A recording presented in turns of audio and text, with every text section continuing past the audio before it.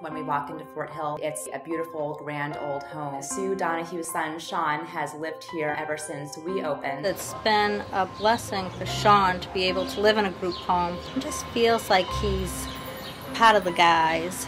Shaun, he's very good with interacting with the other residents. He'll go to the staff and talk with the staff. I look at Fort Hill like a stepping stone. Their ultimate goal is to get individual living, get their own living going. We help them take each step to get there. Shaun was 19 and he came down with schizoaffective disorder. I dealt with a lot of different workers that they weren't as caring or concerned about clients. I met her when I became program director here. She came over and introduced herself. We sat and talked for a very long time. It's just amazing by working with these people, and I can even take care of my son better. She has talked to the staff on a regular basis, asking what she can do. She'll help out whenever she can. And because of Shaun's illness, I really learned how to reach out and ask other people for help. And he guided me, and I really had to trust them and their opinions. She's really educated herself on his condition. She's just really a wonderful mom. She's very, very involved, and she really gets it.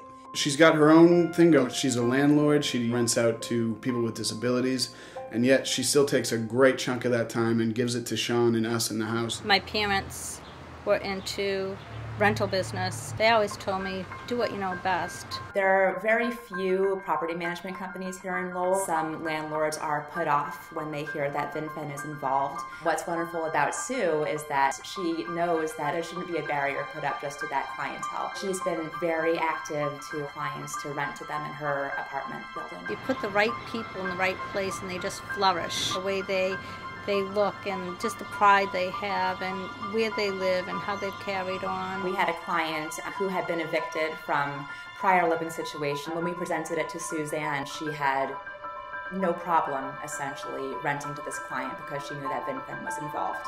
She's not in the stigma of the old way or mental illness. People need to be put in a hospital, not out in the community. She gets the whole picture of people being independent. I wish I had her as a landlord. She's great. She's a true partner with the staff. She gets us, we get her.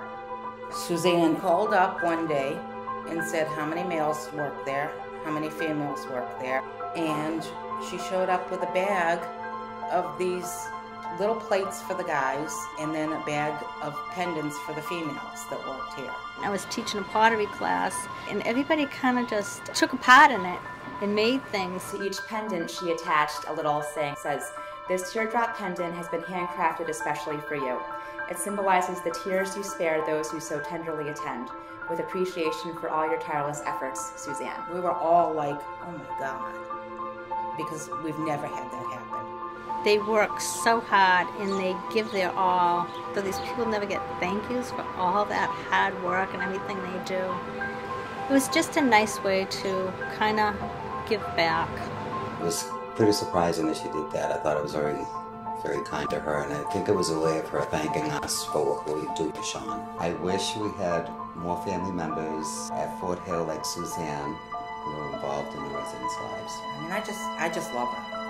She's a great lady. I just love her. I do. I've not had a parent like her before. It's been part of an extended family, having Fort Hill, having people here that will help Shaun make decisions and things that I couldn't always do as a single mother.